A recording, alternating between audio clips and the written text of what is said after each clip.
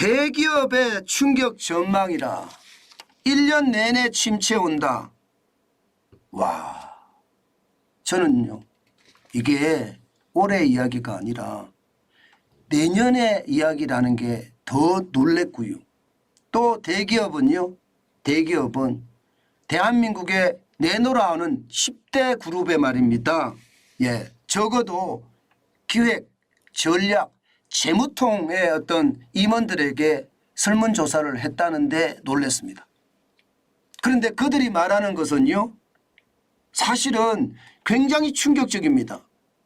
내년 경기의 불확실성이 워낙 크고요. 그렇기 때문에 지금의 어떤 초비상 경영을 내년에도 이어간다는 이야기예요. 게다가 성장률에 대해서도요. 해외 IB, 해외 투자은행들과 비슷하게 2% 못한다는 거예요. 2% 못한다. 지금 HSBC 같은 경우는 1.6% 성장한다고 했잖아요. JP모건은 1.7%고요. 노무라도 1.5%로 가장 낮습니다.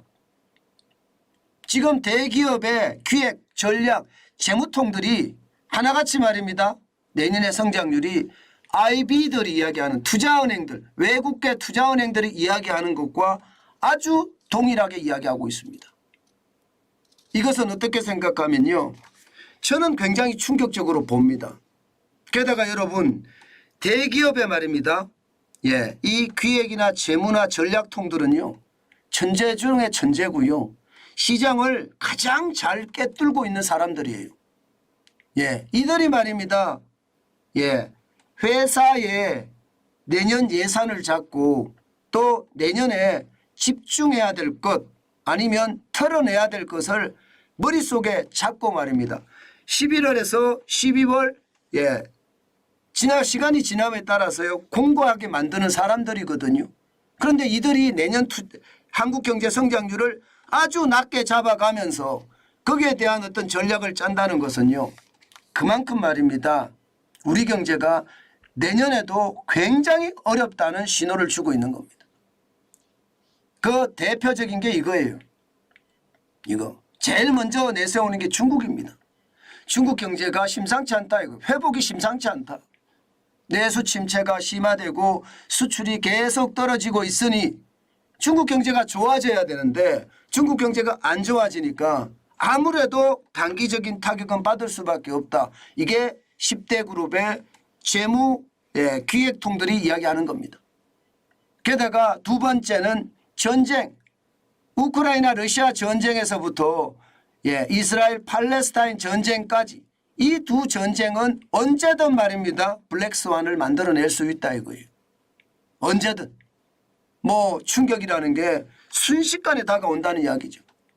여기에다가 내년 4월 10일 총선을 들었습니다. 기본적으로 총선은요. 이게 저는 반기업 정서에 대해서 10대 그룹이 걱정을 한다. 이것을 보면서요. 사실은 되게 충격을 받았어요. 우리나라가 가지고 있는 가장 핵심적인 자원이 기업인데 그 기업을 반대하는 정서가 세다는 게 이게 말이 되느냐. 저는 그런 생각까지 들거든요. 그만큼 말입니다. 내년에 4월 10일 총선을 앞두고 반기업 정서는 굉장히 커질 거라는 것과요. 여기에다가 친노동 행보가 계속 이어진다. 아무래도 표를 한 표라도 더 받으려고 어느 누구도 친노동 행보를 안 하는 사람들이 없다. 이렇게 이야기하는 겁니다. 이것이 말입니다. 결국은 시장에다가 위기를 불러넣어 줄 수 있다. 이렇게 생각하는 거예요. 문제는 여러분, 문제는 이렇게 이 세 가지가 확실하게 작동이 되면 말입니다. 확실하게 작동이 되면 최악의 상황을 맞을 수도 있다는 겁니다. 그래서 1% 이하로 성장할 수 있다는 것도 지금 10대 그룹의 기획이나 전략이나 재무통들이 이야기하는 겁니다. 그만큼 말입니다. 우리 경제가 내년에도 심상치 않다는 거예요. 실제로 말입니다. 매출을 보니까 올해하고 비슷하다 하는 데가 5개고요. 10개 중에 매출이 말입니다. 20% 미만 증가하겠다.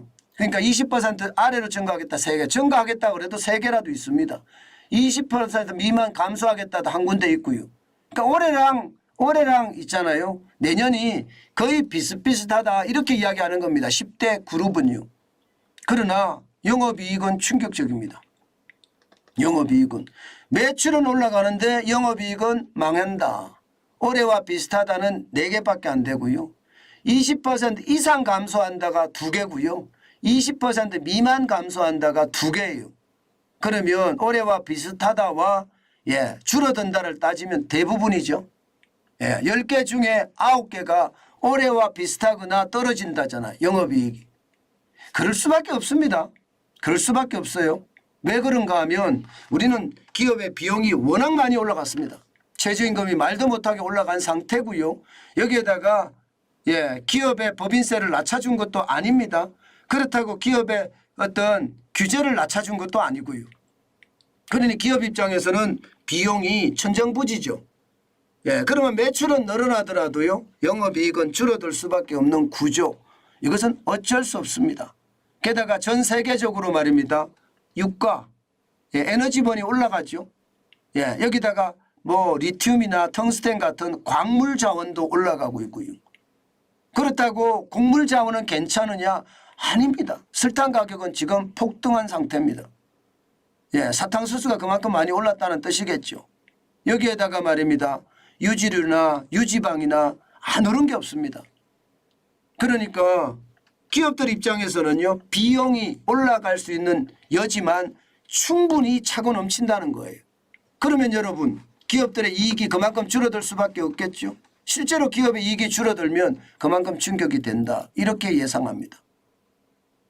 그만큼요. 우리는 내년 경기도 진짜 어려운 그런 상황에 머물 거다. 그것도 충격적인 상황이 될 거다 하는 게 이야기고요. 문제는요. 이제 블랙스완이 터졌을 때예요. 또 하나의 블랙스완.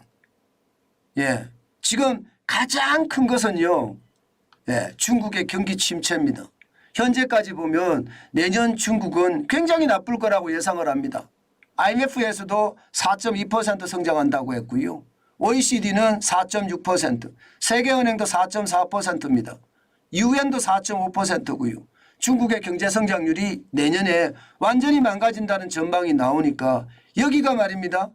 4%가 아니라 만약에 내부의 어떤 위기라든가 아니면 외부의 위기라든가 이런 것까지 겸해져서 블랙스완이 중국의 어떤 경제 상황과 맞물려서 터지면 어떻게 될까요?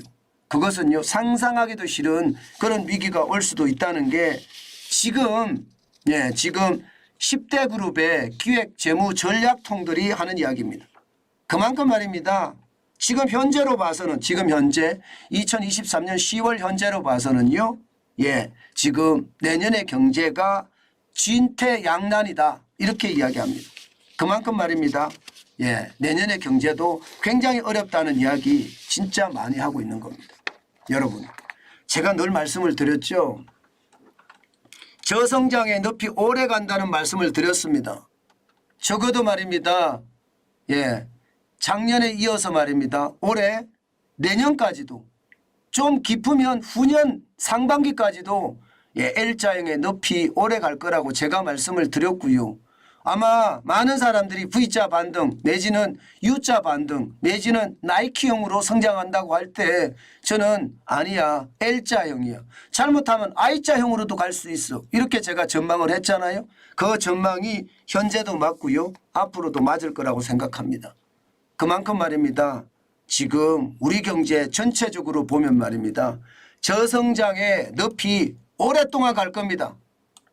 저성장의 늪이. 저성장의 늪이 오랫동안 간다는 것은 반드시 말입니다. 우리가 기억하고 가야 됩니다. 게다가 말입니다. 여러분도 잘 아시겠지만 10월부터는요. 10월부터 추석 끝나고 나서부터는 지금 경기가 급속도로 악화되고 있습니다. 급속도로 악화되고 있어요.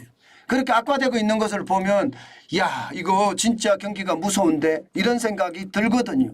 당장 저는요. 쇼핑몰까지 운영을 하잖아요. 쇼핑몰의 매출액을 보면 아는데요. 9월의 쇼핑몰 매출액과 10월의 쇼핑몰 매출액은 차이가 어마어마하고요.